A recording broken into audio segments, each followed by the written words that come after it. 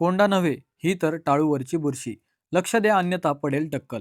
मंडळी, अनेकदा टाळूवर होणारा बुरशीजन्य संसर्ग हा बऱ्याचदा सामान्य कोंडा समजून दुर्लक्षित केला जातो. परंतु याकडे दुर्लक्ष केल्यास कायमस्वरूपी टक्कल पडण्याची भीती असते. टाळूवर होणारा बुरशीजन्य संसर्गाला वैद्यकीय भाषेत टिनिया कॅपिटिस असे म्हणतात. हा संसर्ग डर्माटोफाइट्स या नावाच्या बुरशीमुळे होतो. या संसर्गाचे प्रमाण प्रौढ आणि लहान मुलांमध्ये वाढताना दिसत आहे.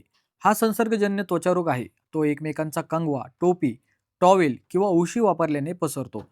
या संसर्गावर घरगुती उपाय करण्याऐवजी त्वचारोग तज्ज्ञ डॉक्टरांचा सल्ला घेणे आवश्यक आहे. मंडळी, यासाठी कंगवे, हेअर ब्रश, टोपी, टॉवेल, उशी किंवा हेल्मेट यांसारख्या वस्तू कधीही दुसऱ्यांसोबत शेअर करू नका.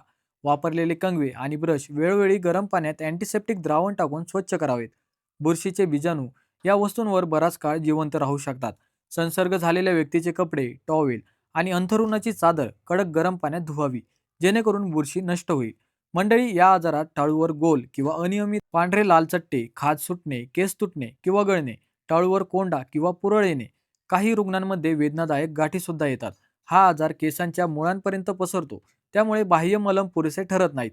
त्यासाठी वैद्यकीय सल्ला महत्त्वाचा ठरतो, असे तज्ज्ञ सांगतात.